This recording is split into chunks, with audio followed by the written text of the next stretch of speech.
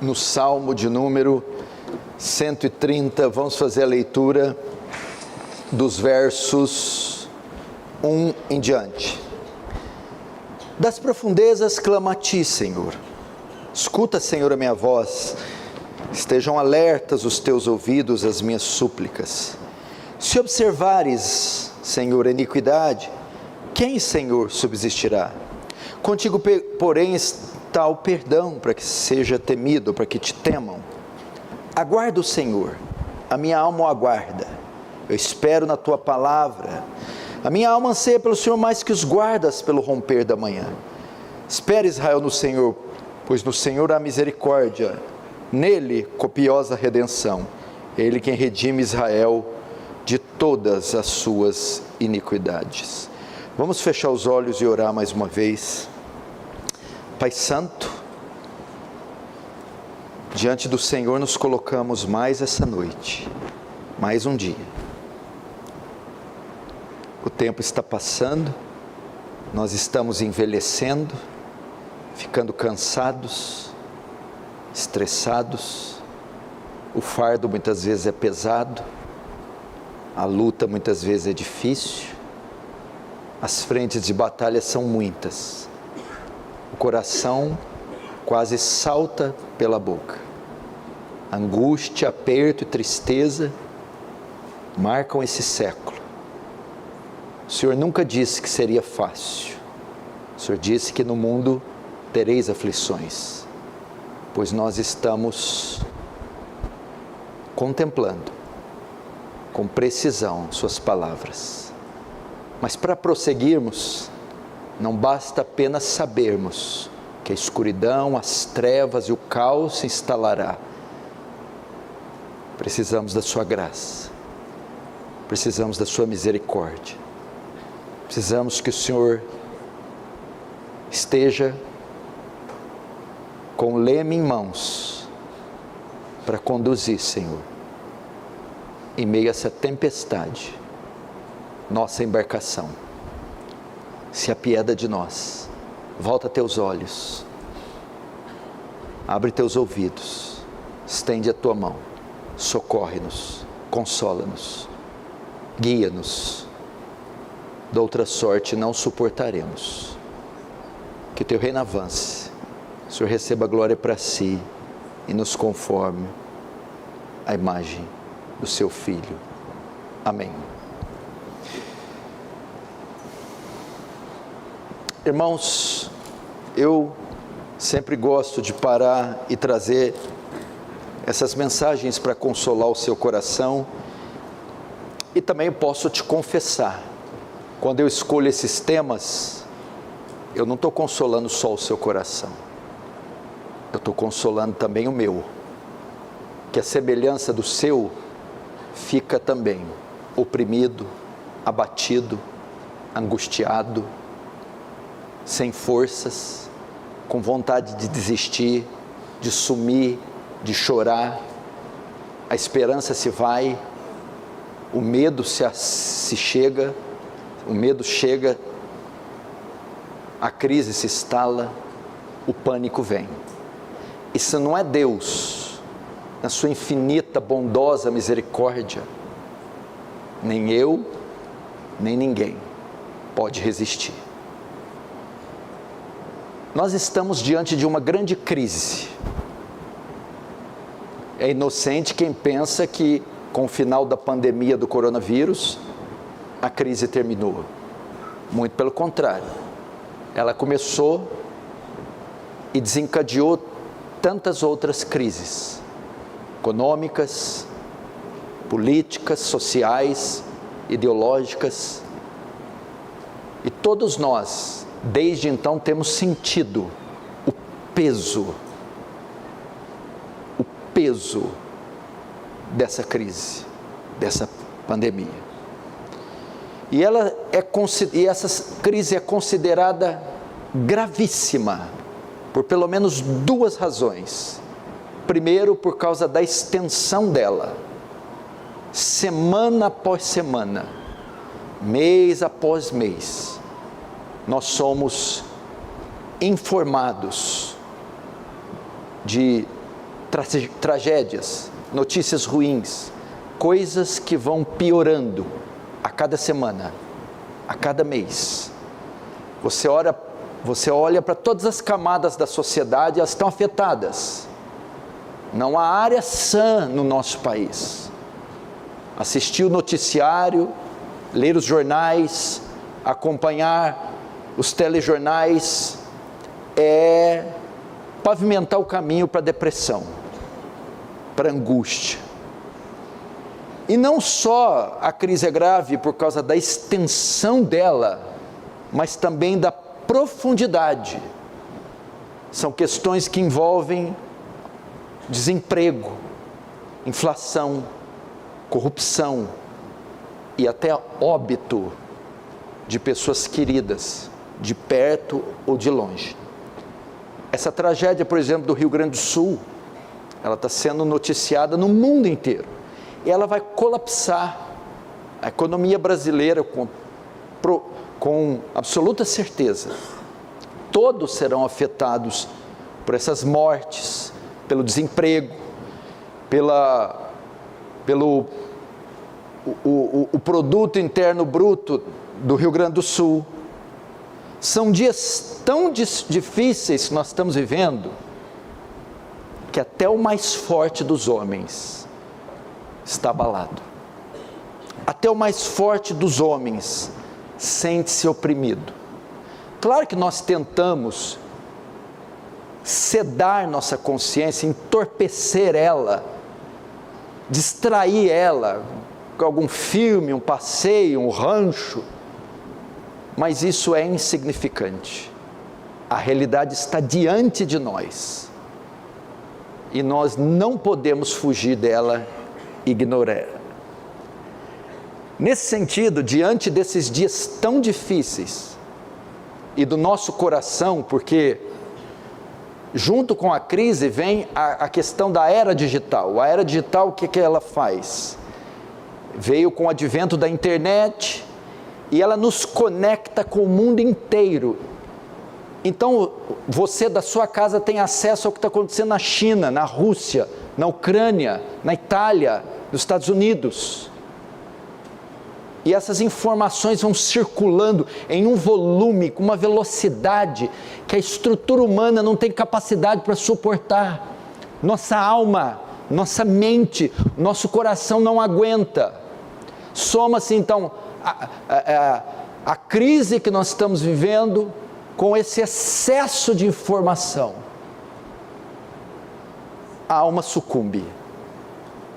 É impossível. Nós estamos deprimidos, estressados, talvez sem sequer saber. Diante disso, então, faz-se necessário palavras de encorajamento. Nós não temos outra coisa para nos apegar senão a palavra de Deus. Não há outra coisa que pode nos salvar, que pode nos amparar. Se você se lembrar, no ano da pandemia, um ano após ele e até nos dias de hoje, nunca os consultórios de psiquiatria e psicologia foram tão procurados. Se você marcasse uma consulta com um psiquiatra, ele ia te atender só 4 meses depois, 5 meses, 6 meses você esperar. Os consultórios abarrotados de gente procurando tratamento psiquiátrico e se entupindo de remédios, depressão, estresse, pânico. E nós sabemos que essas coisas não resolvem, elas só pioram o quadro, elas não têm, vai causar vício, vai causar uma série de efeitos colaterais. Então a ciência não tem uma resposta adequada, a medicina não tem, esses tratamentos alternativos não tem, a droga, o sexo, o álcool, o entretenimento não consegue. A nossa geração é doente, a nossa geração ela está surtada por causa de tudo isso que eu falei. Nós não podemos então impedir a doença de vir, nós não podemos bloqueá-la. Jesus diz: não peço que os tire do mundo, nós vamos permanecer no mundo. Agora o que nós podemos é buscar o tratamento correto, é tentar combater isso de forma eficaz. Nesse sentido, eu não vejo outra coisa mais eficaz do que a palavra de Deus. Porque a palavra de Deus não são meras palavras, a palavra de Deus é poderosa. A palavra de Deus quebra o cedro do Líbano. Ao som da palavra de Deus, Lázaro reviveu dos mortos. Ao som da palavra de Deus, Bartimeu teve a visão recuperada. Ao som da palavra de Deus, o leproso foi limpo. Ao som da palavra de Deus, as multidões eram consoladas, eram transformadas, eram salvas. Jesus veio apenas dessa terra com sua palavra, e ele transformou esse mundo com a sua palavra. Vamos entrar no texto então, na esperança que essa mesma palavra usada por Davi, Moisés, Paulo, João, Jesus, também nos cure. Esse é um salmo chamado Salmo de Romagem. O que é isso? Um salmo usado em uma romaria. Havia judeus dispersos que não moravam em Jerusalém, e as principais festas eram realizadas em Jerusalém. E então esses judeus estrangeiros que moravam fora de Jerusalém, nesse período de festas, faziam romaria rumo a Jerusalém, e nessa romaria cantavam alguns salmos. O Salmo 130 é um dos salmos que eles cantavam, salmos de romaria, salmos de romagem, o cântico de romagem. Não sabemos quem é o autor, ele é desconhecido, mas sabemos que o tema, o conteúdo, o salmo revela a angústia, a profunda angústia de um homem que estava enfrentando situações de adversidade. E ele começa, como ele começa esse salmo? Ele começa com uma oração. O verso 1 diz: das profundezas clamo a ti. Ele revela um clamor, ele revela uma oração que ele está fazendo a Deus. Mas notem, o que levou ele a orar? O que levou esse homem a orar a Deus? A sua condição, ou melhor, a sua péssima condição. E ele usa para refletir o seu estado, ele usa uma figura de linguagem das profundezas. Parece que ele caiu numa cisterna, numa cova, ou ele está numa masmorra insalubre, escura, profunda, uma cova extensa. Ele diz das profundezas, para retratar o quê? O estado de angústia que ele estava vivendo, o estado de extremo desespero que esse homem estava atravessando. O salmo não revela, mas alguma coisa aconteceu com ele, que o abateu profundamente. Ele estava passando por alguma coisa, não sabemos de que ordem, financeira, emocional, conjugal, mas é algo tão intenso que o abateu dessa forma, e o levou a orar. Queridos irmãos, esse pode ser o seu retrato, aqui essa noite. Alguma coisa ocorreu com você, ou alguma coisa está ocorrendo, que está para além das suas forças. Você pode estar vivendo hoje os sintomas daquilo que ocorreu no passado, alguns dias ou alguns meses. Ou você pode estar vivendo agora os sintomas ou você pode estar nesse exato momento atravessando algo que você seguramente está dizendo: Senhor, isso aqui está para além das minhas forças. Eu não esperava por isso aqui. Não. Com a minha filha não, Deus. No meu casamento não, Senhor. Eu era uma pessoa tão saudável. Como é que pode ter acontecido isso? Alguma coisa que envolveu o seu nome, não sei. mas pode ser o seu caso. Então esse homem estava em um estado de profunda angústia, e esse caso obviamente traz reações.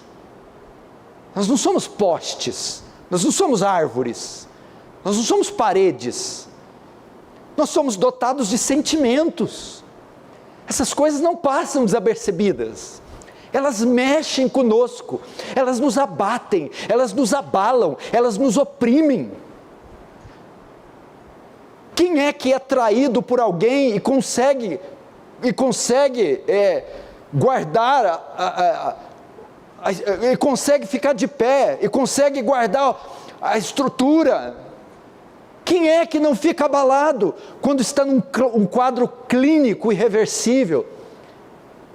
O salmista estava assim, angustiou ele ao extremo.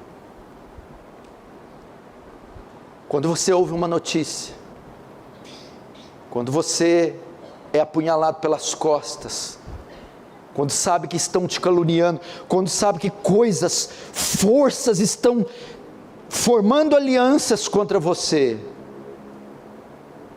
era o estado dele. E aqui aprendemos um princípio: mesmo neste estado de abatimento, nós devemos buscar a Deus. Mesmo quando as forças se esmorecerem, dissolverem, arrefecerem, diminuírem, mesmo que a angústia for como toneladas às suas costas, você deve buscar, você deve ir em direção a Deus. Alguns fogem, se escondem.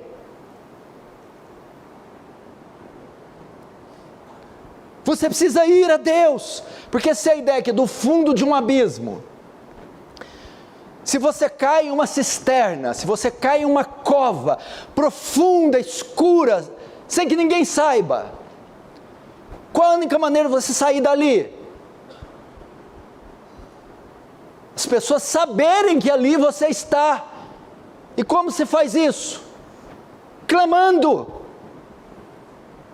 pedindo socorro.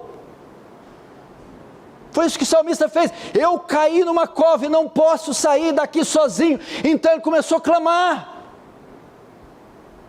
Se você está dentro de uma cisterna, clame a Deus, chame por Ele, invoque: Senhor, eu caí em um abismo, salva-me, socorre-me. Marque uma audiência com Ele, entra na sala do seu trono, e diferente dos outros reis e juízes, Ele te ouvirá. E o salmista foi até Deus, e foi como? Foi em oração. Está ruim? Ore. Um puritano escreveu: sempre que oramos, algo acontece. Uau! Vou repetir, parece versículo, mas não é não.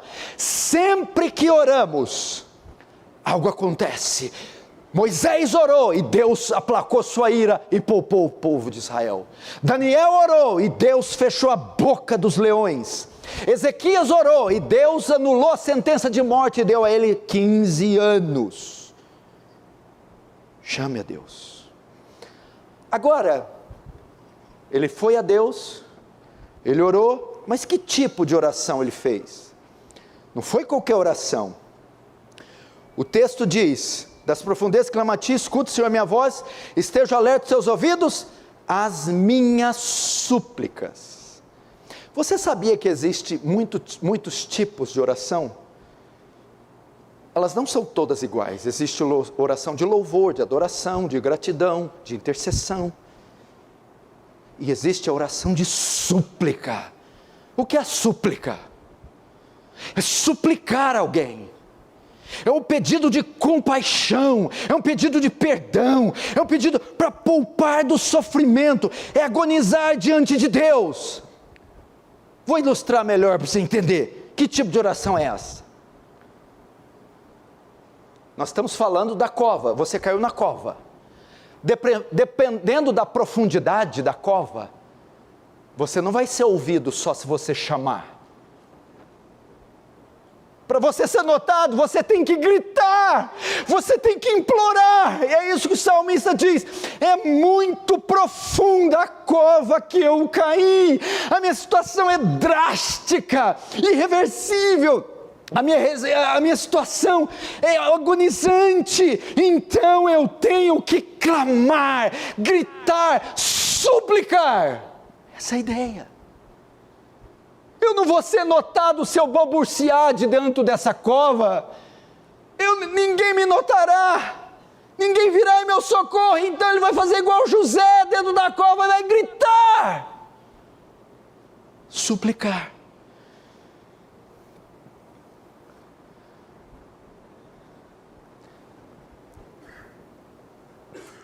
O que é súplica? Das profundezas clama a ti.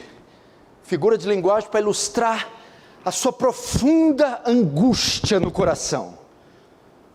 Suplicar é exprimir o que a alma está sentindo em palavras, é dizer: Senhor, eu estou prestes a desistir, eu não aguento mais, Senhor, me ajuda, porque não é assim que o seu coração está, não é isso que você tem pensado, sentido. Pastor, então expressa isso em palavras. Isso é suplicar. Bota para fora, diga como Elias: já basta, que eu morra, não sou melhor que os meus pais. Estava tudo no coração de Elias, e Elias pôs para fora: Senhor, eu estou com vontade de morrer, Senhor, eu quero abandonar essa família, Senhor, eu não aguento mais esse casamento, Senhor, eu estou entrando em depressão, Senhor, eu estou perdido, eu não sei o que fazer, eu estou com medo. Suplicar. Suplica. Não meça esforços, expõe tudo.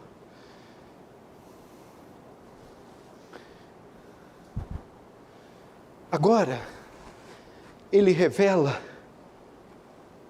o conteúdo da oração. Estava vivendo uma angústia dentro da cova. Chamou a Deus. Chamou como? Suplicou. Mas o que ele suplicou? Vamos ao conteúdo da oração. Verso 2. Escuta, Senhor, a minha voz. Estejam alertos os teus ouvidos às minhas súplicas. Sabe o que ele faz aqui? Sabe qual o pedido ele faz? Ele ora pela oração. Ele observa a prática de orar pela oração. Você já fez isso? Você já orou pela sua oração? Escuta, Senhor, a minha voz. Todo mundo que ora, espera o quê? Espera ser ouvido. Todo mundo que está dentro da cisterna e grita, espera ser socorrido, espera chamar atenção. Então está dizendo: escuta a minha voz. Mas como escuta? Deus é surdo? Deus está muito longe. Não é esse o sentido. Escuta aqui, é assim, ó. Considera a minha oração. Eu estou orando, estou pedindo, estou clamando. O Senhor está vendo, o Senhor está escutando. Como o Senhor escuta desse, do outro, de todo mundo, ok, eu sei. Mas eu não estou pedindo apenas para o Senhor escutá-la, ouvi-la. Eu estou pedindo para o Senhor considerá-la. Considera o meu pedido, Deus. Atenta para o meu pedido, Deus. Dê prioridade para o meu pedido, Deus. É isso que ele está falando. Responde. Presta atenção em mim, Deus. Olha aqui para mim, Deus. É o que ele está falando. Quer ver um exemplo simples? Você vai no pronto-socorro para ser atendido. É o Janjão. Tem 40, 60 pessoas na sua frente. Todas elas estão pedindo para ser atendida. Você vai lá, moço, eu quero ser atendido. No meio dos 60. Vou te esperar. Só que se o seu caso for grave, gravíssimo, você não vai chegar lá, moço, eu estou com um problema, quero ser atendido. Não. Você vai se levantar do meio daqueles 60 e vai chegar no guichê. Moça, você não está entendendo. A minha mãe está com hemorragia e se você não atender ela, ela vai morrer. Entendeu? É o que o salmista está fazendo. Considera. Meu caso é grave. Me ouve. Olha aqui para mim, é como se estivesse acendendo. Ei Deus, olha aqui para mim, Deus. Considera.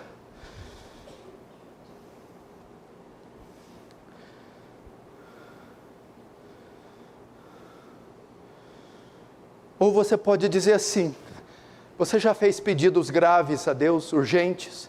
Quem já fez, diz amém. O que o salmista está dizendo, Senhor, lembra daquela oração que eu te fiz, aquela noite com lágrimas e prantos? Sim, eu lembro. Considera aquela oração, responde aquela oração, não rejeita aquela oração, Deus. Meu irmão, aqui ele está ensinando argumentos bons para você orar. Não só ore, não só apresente, mas diga, Senhor, atende essa oração, considera, esteja alerta para essa oração. Minha causa é grave, me atende. Agora o salmista vai, no decorrer da oração, ele apresentou, foi a Deus através de súplica, mostrou o conteúdo, agora ele vai convencer a Deus de respondê-lo. Aqui tem princípios para você convencer a Deus. Não basta só orar. É como um filho pedindo para a mãe, mãe, me dá uma bicicleta. Fez um pedido. Tudo bem.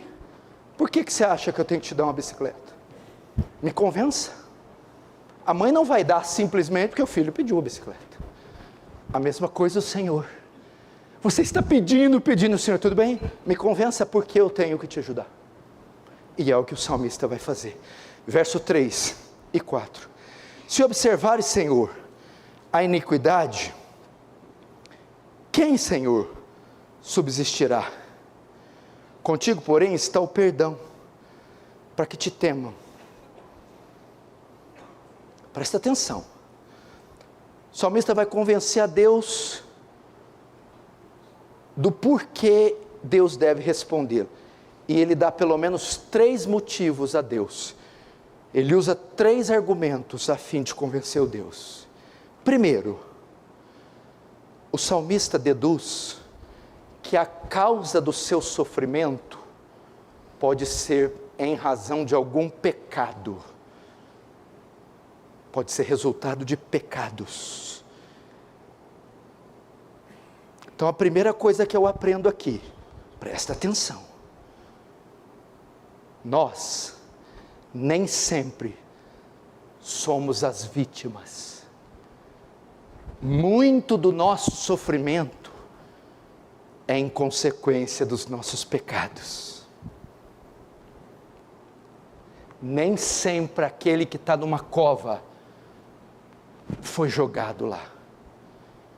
Ele mesmo se atirou lá. Nem sempre somos as vítimas, mas os culpados. Mas, caso fossem pecados, e o salmista suspeitou, será que o que eu estou passando é por conta de algum pecado? Mas caso fosse pecado, o salmista diz, tudo bem, se o Senhor for aplicar a sua justiça, então o Senhor tem que destruir todo mundo. Porque o texto diz, se observais a iniquidade, quem subsistirá? Se for para o Senhor punir todos que pecam, então ninguém vai sobrar ninguém. Se o Senhor considerar o pecado de todo mundo será destruído. E sabemos que o Senhor não considera. E sabemos que o Senhor não aplica seu julgamento em todo mundo. Senhor, não considera os meus. Se observares a iniquidade, se o Senhor for punir todos que pecaram, ninguém fica vivo. Se o Senhor considerar o pecado de todo mundo, o Senhor vai ter que destruir todo mundo. E eu sei que o Senhor não considera o pecado de todo mundo, não considera os meus.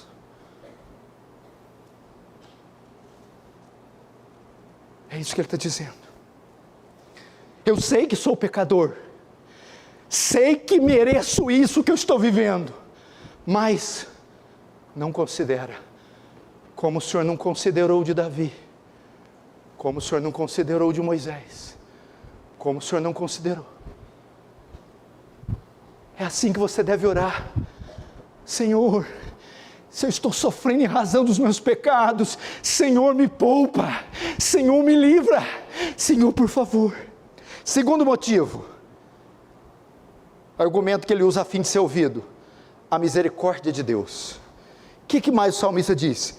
Senhor, eu sei que há a opção do perdão. O texto diz, se observar a iniquidade, quem subsistirá? Contigo, porém, está o perdão. Eu sei que se o meu caso for pecados,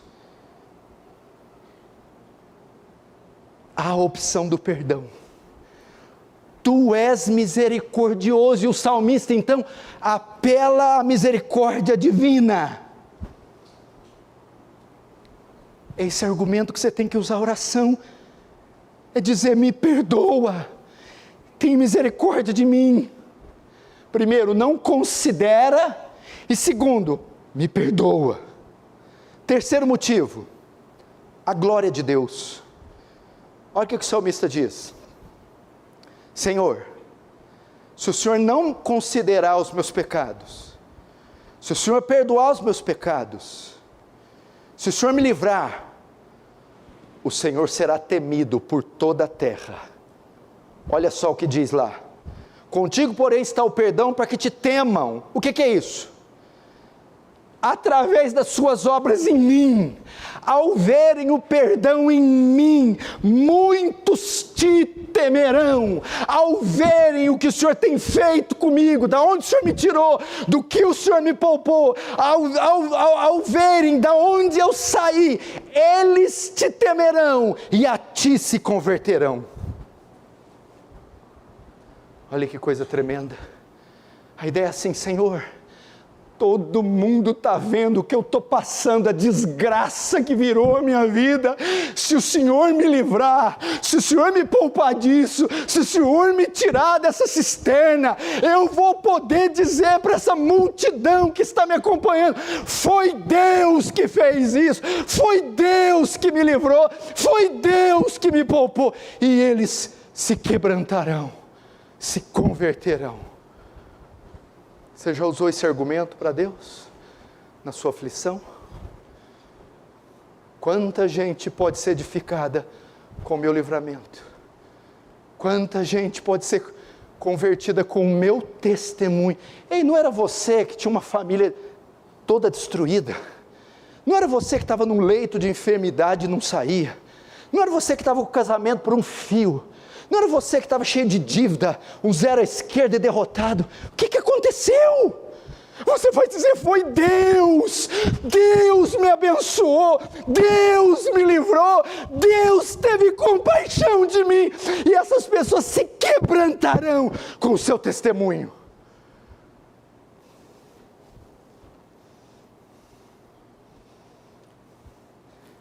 Veja os argumentos que ele está usando. Faça isso quando você orar.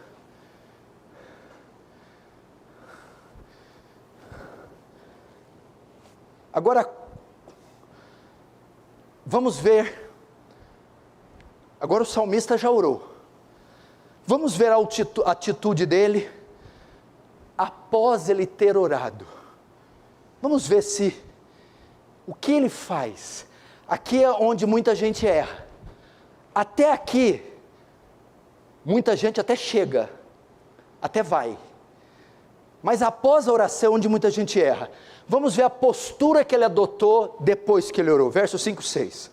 Aguardo o Senhor, a minha alma o aguarda, eu espero na tua palavra, a minha alma anseia pelo Senhor, mais que os guardas pelo romper da manhã, mais que os guardas pelo romper da manhã. Olhe para cá. O salmista caiu numa cova, profunda angústia. Ele não ficou calado, chamou o Senhor. Que jeito que ele chamou? Súplica. Ele gritou. E ele disse, ele orou pela oração dele, considera, e usou argumentos a fim de convencer a Deus. Meu problema é pecado, não me pune não, porque se o Senhor punir todo mundo que está pecando, não vai sobrar ninguém. Tendo orado, o que ele faz? Ele espera, só mais 1 milímetro de retorno, ele espera. Ele aguarda a resposta. Quantos de nós fazemos assim? Só oramos por orar. O que devemos fazer? Após orarmos, após usarmos os mesmos argumentos, você deve mostrar fé. Você deve mostrar que você crê na sua oração. E como você mostra isso? Esperando. O esperar aqui dá a ideia de aguardar, ficar na porta, ficar perto do telefone, vai tocar qualquer hora, chegou. Criar uma expectativa. Você faz isso? Vem no culto, ouve uma palavra dessa hora, nem lembra que orou, continua ansioso, continua trocando os pés pela oração. Não! Você orou, usou os argumentos corretos, suplicou. Crie uma expectativa. Aguarde. E como o salmista espera? De 3 formas. Primeiro, de todo o coração. Segundo, com fé. Terceiro, com expectativa. É isso que o salmista... Primeiro, ele espera de todo o seu coração. O texto diz... Aguarde o Senhor, a minha alma o aguarda. Camila, ele está guardando de tudo o coração dele. No fundo do coração, ele sabe que Deus há de livrar ele. Ele está sendo sincero, ele não está embromando, ele não está enganando a si mesmo. Ele está guardando com tudo o seu ser, pois não lhe resta outra resposta. Segundo, ele espera com fé. O texto diz, eu espero na sua palavra. Verso 5. O que é isso? O salmista conhece a aliança. Ele conhece as promessas. Como Paulo dizia, por cuja causa eu padeço, mas não me envergonho, porque eu sei em quem eu tenho crido. Eu espero na sua palavra. Sua palavra diz que quando o justo clamasse, ele seria ouvido. Tua palavra prometeu livramento para o justo, provisão para o justo, consolo para o justo. Eu espero na sua palavra. Esperar com fé. O que é isso? É você sair de um culto desse, é você sair de um culto como esse, e hoje mesmo esperar a resposta, hoje mesmo até o final do dia, muito tempo para Deus. Terceiro, ele espera com ansiedade.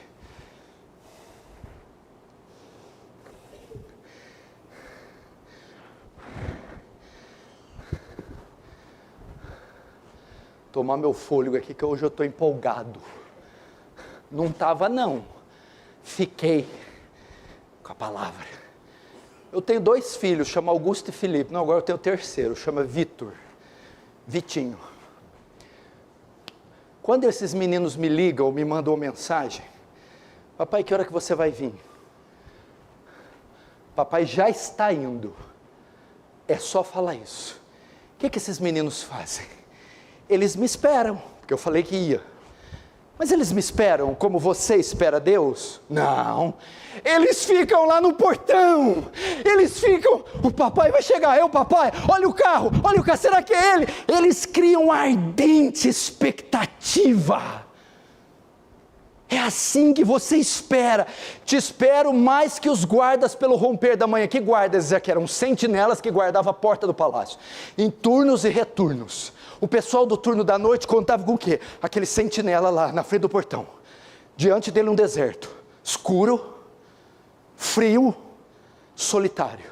E ele lá, montando guarda. Ele trocava o turno quando o sol amanhecia. Então imagina esse homem turno, retorno, ali na manhã. Como ele aguardava. O salmista diz, eu aguardo, como aquele sentinela, que aguarda o alvorecer, que não vê a hora da escuridão passar, o frio passar, a solidão passar, e o sol nascer. Eu aguardo como os guardas aguardam o romper da manhã, com ansiedade, com expectativa. Meu irmão, eu quero que se for para você perder o sono hoje, não seja por coisas negativas, perca o sono de expectativa de Deus te responder.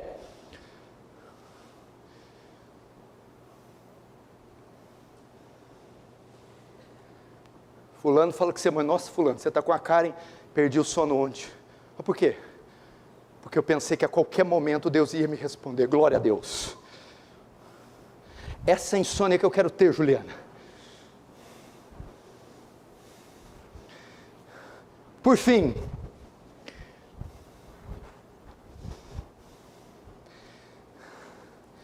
ele usa o seu exemplo para ensinar os outros. Versos 7 e 8. Espera Israel do Senhor, pois no Senhor há misericórdia, nele copiosa redenção. É Ele quem redime a Israel de todas as iniquidades.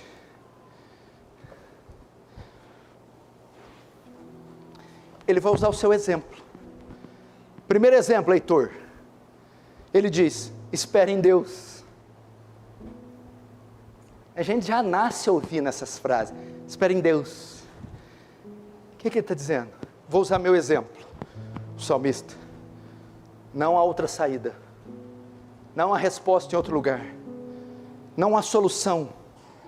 Só em Deus. Não espere na política. Não espere do dinheiro.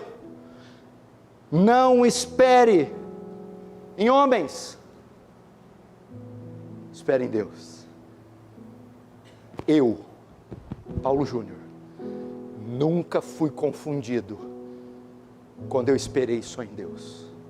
Eu, Paulo Júnior, nunca fui frustrado, nunca fui desamparado, quando coloquei toda a minha confiança em Jeová, Deus dos exércitos. Nunca, jamais, nunca. Segundo, por que ele usa o seu exemplo? Por que ele manda esperar no Senhor? Porque nele há misericórdia e redenção. Essas palavras aqui, misericórdia e redenção, que estão nos versículos 7 e 8, ilustram livramento, saída, solução, orações respondidas, milagres feitos, lágrimas são enxugadas. Nele, no Senhor, a copiosa redenção, a misericórdia, copiosa. Sabe o que é copioso, Denilson? Eu não sei se a Elaine já fez isso quando deu à luz a alguém, quando morreu algum parente, ela chorava e não parava, essa mulher. Pastor, 3 horas que ela chora copiosamente, o Senhor fala copioso, abundante redenção, ou seja, copiosos livramentos, copiosos recursos, copiosas saídas. É o canivete suíço, tem utilidade, tem funções para todas as áreas da nossa vida. Copiosa redenção, é nele. Nem MacGyver, meu irmão, tinha copiosa redenção.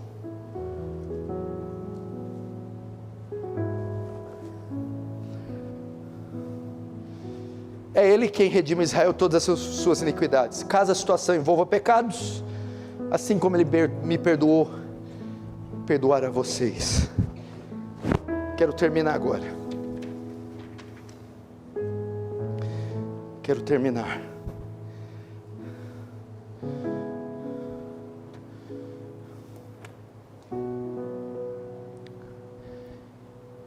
Esse salmo, essa pregação, não foi feita para ludibriar você. Não são palavras de autoajuda ou palavras de efeito. Isso é palavra do Senhor. O salmista está narrando o que aconteceu com sua vida. Isso é realidade. Meu irmão, eu vou citar as palavras do Salmo 34 para você. Provai e vede que o Senhor é bom. Bem-aventurado todo aquele que nele se refugia. Prove o que está sendo pregado. Provai e vede que o Senhor é bom. Faça como salmista e você verá na sua vida a resposta. Isso aqui é verdade. Você está aflito, angustiado, você caiu numa cova profunda.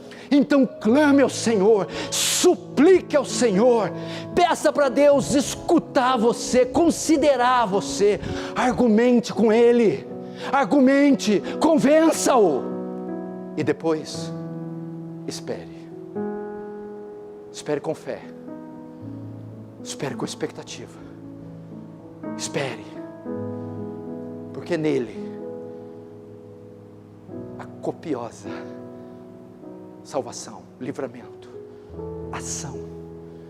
Desde que houvesse dia, eu sou e não há ninguém que possa fazer escapar das minhas mãos. Operando Deus, quem impedirá? Desde a antiguidade nunca se viu, nem se ouviu falar de um Deus semelhante a esse, que trabalha para aqueles que nele esperam. Fui moço e agora sou velho, e nunca vi um justo desamparado, nem a sua descendência mendigar o pão. Vamos, meu irmão, erga-te, creia. Vamos fechar os olhos, vamos orar.